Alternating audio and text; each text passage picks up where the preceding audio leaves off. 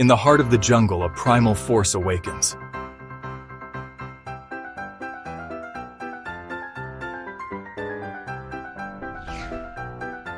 What happens when instinct meets influence?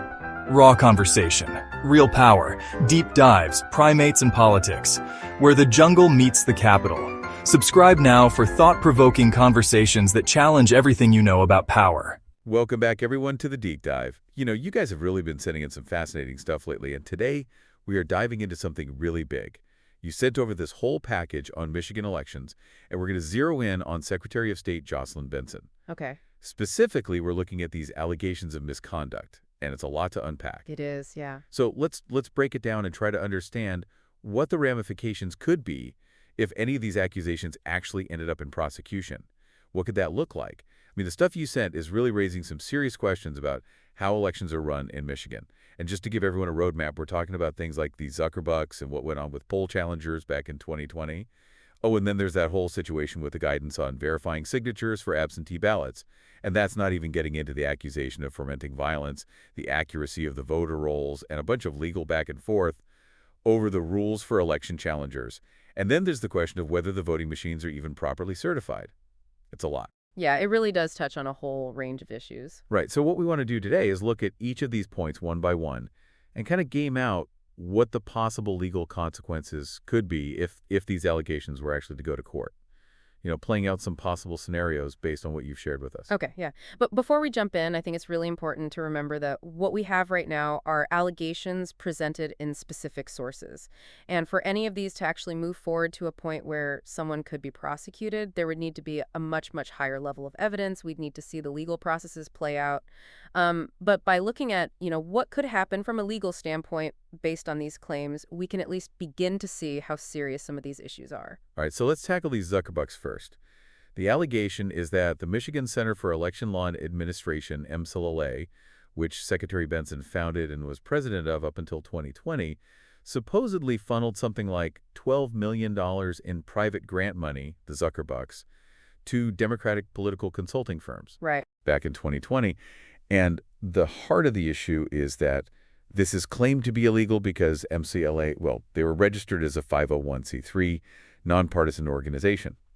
So if we assume for a minute that this claim holds up and that it's actually considered a criminal offense, what kind of charges are we talking about? Well, it gets interesting here because you have these nonprofit regulations bumping up against campaign finance rules. So a 501m, and that's a particular kind of nonprofit under the IRS code, is supposed to be nonpartisan and focused on things like charity work, education, or research. But if it starts engaging in partisan political activity, it risks losing that tax-exempt status with the IRS. So if MCLA really did channel money specifically to help one party through these consulting firms, well, that could have some really big consequences for its status as a nonprofit. On top of that, it would depend on how the money was moved and what it was intended for. But there could be charges related to misuse of funds or even violations of campaign finance laws. Now, for Secretary Benson to be directly prosecuted for something like this, given that she stepped down as president of MCLA back in 2020, there would have to be a really clear and undeniable link showing she was still involved in any alleged illegal activity after she left. So you could see things like investigations by regulatory bodies, maybe state level or even federal.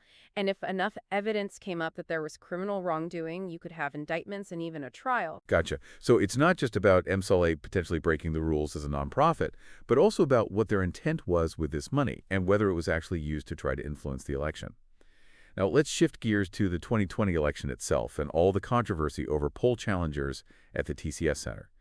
The allegation here is that Secretary Benson put in place this illegal rule that poll challengers had to stay 6 feet away from everything. Yes. And that rule was later overturned by a court.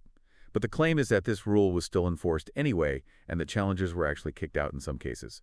So if all this is true, and it really was a deliberate effort to stop legitimate election observation, what could happen legally? This goes to the heart of election transparency, right? Because if you're deliberately trying to obstruct poll challengers who are authorized to be there, that could be seen as interfering with the election, maybe even obstructing a legal process.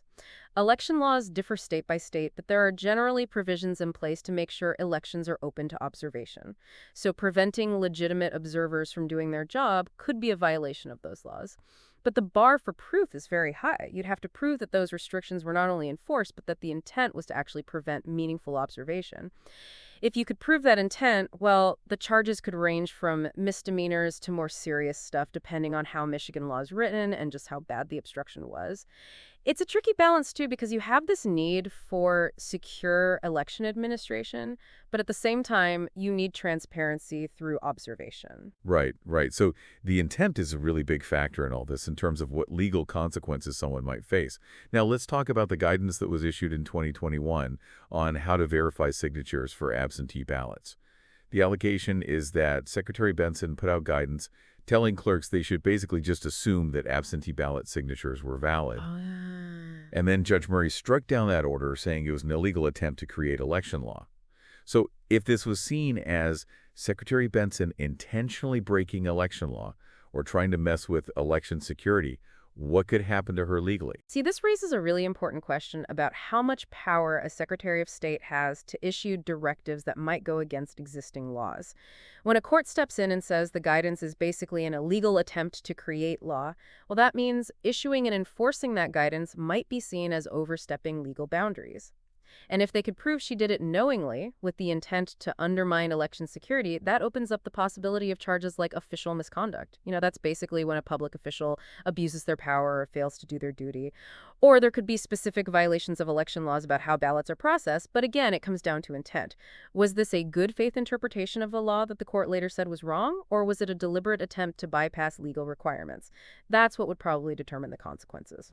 Yeah, that line between making a mistake about the law and purposely going around it, that seems to keep coming up as we go through these allegations. Okay, so this next one is a really serious accusation. It's the claim that Secretary Benson is fomenting violence. Now, the source you gave us says she's doing this by pushing a false narrative that can lead to false flag events. But then that same source goes on to talk about examples of violence and threats against conservatives. So it's a little bit of a mixed message there. What are the potential legal ramifications of the accusation? If they could actually prove that Secretary Benson's statements directly led to violence or that they were knowingly false and meant to cause harm. You're right. This is really tricky, and it's an area very strongly protected by the First Amendment, freedom of speech. In the U.S., to prove that someone's speech actually caused violence, the legal bar is incredibly high. You'd have to show a very direct and immediate link between the words and specific acts of violence. It's not enough just to talk about violence. It has to be aimed at inciting immediate lawless action, and it has to be likely to actually cause that action. And with this source, we have these competing claims about who might be starting the violence. So based on just this information, it seems very unlikely that Secretary Benson would be prosecuted for incitement. But even if these accusations don't lead to incitement charges, they could still be part of a bigger picture if there were legal proceedings for other allegations, especially if someone tried to argue that there's a pattern of her knowingly spreading false information about elections. It's this complicated dance between the right to free speech and the potential harm that speech can cause. So it seems more likely that this would be part of a bigger case, not a crime on its own, at least from what we see here. All right, let's talk about the accuracy of the voter rolls. Specifically, the allegation that Secretary Benson is keeping roughly 26,000 deceased people on those rolls. Your source says there's a lawsuit in progress to have those names removed, and a judge appointed by Biden rejected Benson's request to dismiss the case. What could happen legally if it's proven that this was a deliberate and widespread violation of laws that require accurate voter rolls? Keeping the voter rolls accurate, that's a basic fundamental part of running elections. And the laws usually say that they have to be updated regularly and ineligible voters have to be removed. That includes people who have died. So if they could prove that Secretary Benson knowingly and intentionally didn't follow those legal requirements on a large scale, even though she had the resources to do it and was legally obligated to do it, then yeah, you could see charges of official misconduct or maybe violations of specific state laws about voter registration. The key is proving it was deliberate and systematic, not just some administrative hiccup or a lag in processing data, which does happen sometimes. That lawsuit that's going on right now might shed some more light on what the real situation is. Right, so the question is whether it was an honest mistake or a deliberate attempt to break the rules. That seems important. Now let's move on to these repeated attempts to change the rules for election challengers. The source claims that Secretary Benson tried to make new rules in 2022, but lost a lawsuit over it. And then she apparently filed a motion to appeal the court's order that said she had to update the guidelines for poll challengers. So if these repeated attempts to put in place rules that were found to be illegal are seen as her just ignoring the law, could that be considered official misconduct? You know, when you have a pattern of legal challenges that don't go your way, that could definitely support an argument for official misconduct. And remember, official misconduct means that a public official is misusing their power or not fulfilling their legal duties. If a Secretary of State keeps trying to put in place rules that courts keep saying are against the law, that can look like they're disregarding the law and maybe abusing their position. If it's just one time, maybe you could say it was a bad call, but when it keeps happening, that suggests something more serious is going on. Now, to actually prosecute for official misconduct, you'd have to show a clear violation of a specific law or duty. And depending on what Michigan law says, you might also have to prove there was corrupt intent or a serious failure to carry out their responsibilities. But these repeated legal fights, taken together, could be more significant legally than any one of them by itself.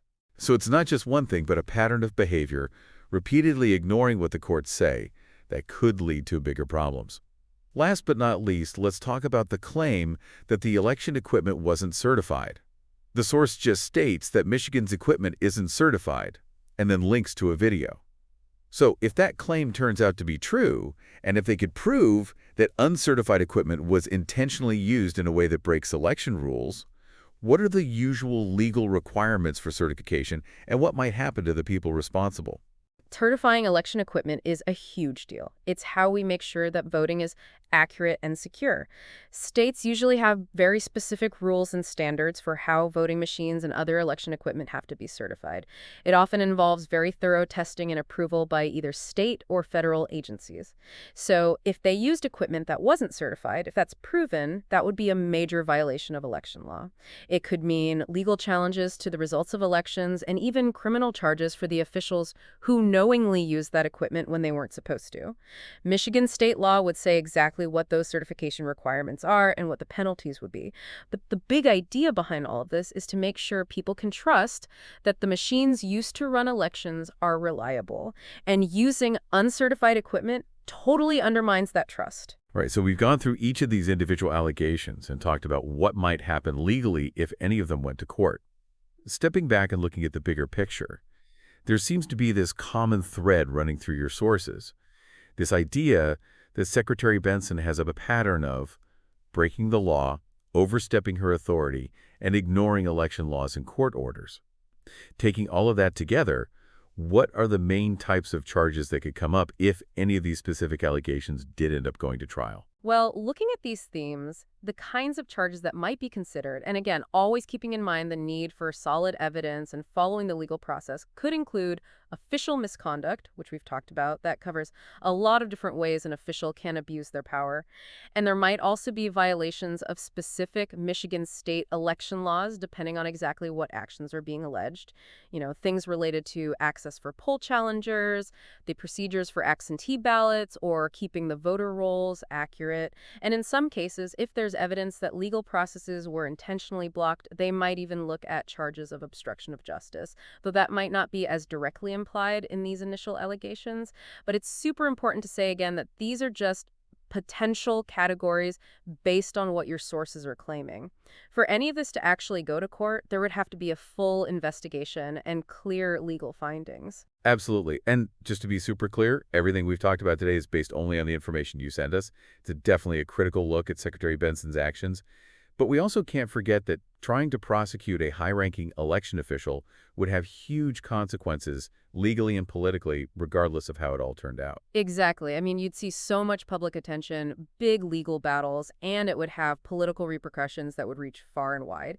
It just underlines how serious these allegations are and how important it is that everything is done by the book and that there's rock-solid evidence. So wrapping up this deep dive, we've looked at all these legal challenges and allegations.